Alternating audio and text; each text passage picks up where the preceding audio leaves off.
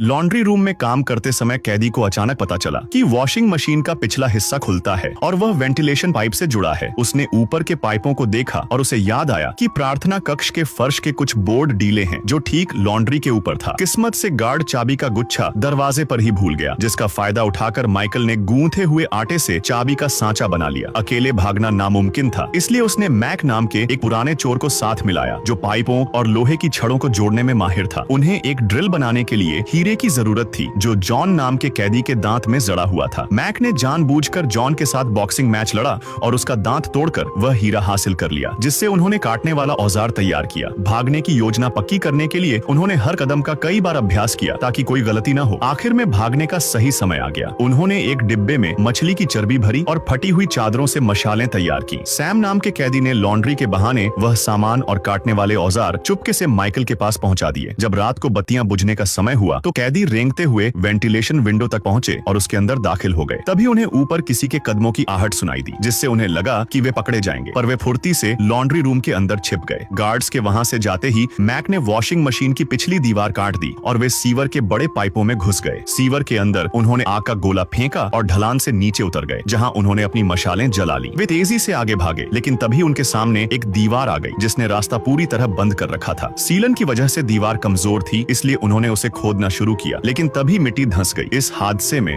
उनके एक साथी की मलबे में दबकर मौत हो गई, लेकिन दुख मनाने का समय नहीं था, इसलिए वे आगे बढ़ते रहे। दीवार तोड़ने के बाद वे एक पुराने और वीरान अंडरग्राउंड स्टेशन में पहुंचे, जहां उन्होंने अपने मरे हुए साथी को विदाई दी। जब वे मेट्रो की पटरियों पर पहुंचे तो अचानक सैम का पैर पटरियों के बीच में फंस गया। मैक ने उसे छुड़ाने की बहुत कोशिश की, लेकिन तभी सामने से एक तेज रफ्तार ट्रेन आ गई। पलक झपकते ही ट्रेन उन दोनों के ऊपर से गुजर गई और मैक और सैम दोनों की मौके पर ही जान चली गई। अब 5 में से सिर्फ 2 ही कैदी जिंदा बचे थे जो मौत के डर के साए में आगे बढ़ रहे थे। कुछ दूर चलने के बाद वे आखिरकार एक चालू मेट्रो स्टेशन तक पहुंच गए, यानी वे जेल की दीवारों से बाहर आ चुके थे। उन्हें लगा कि वे कामयाब हो गए हैं, लेकिन यही उनकी सबसे बड़ी गलती साबित होने वाली थी। आगे की स्टोरी और भी ज्यादा इंटरेस्टिंग है। कमेंट करो, पार्ट 2 वीडियो मिल जाएगी।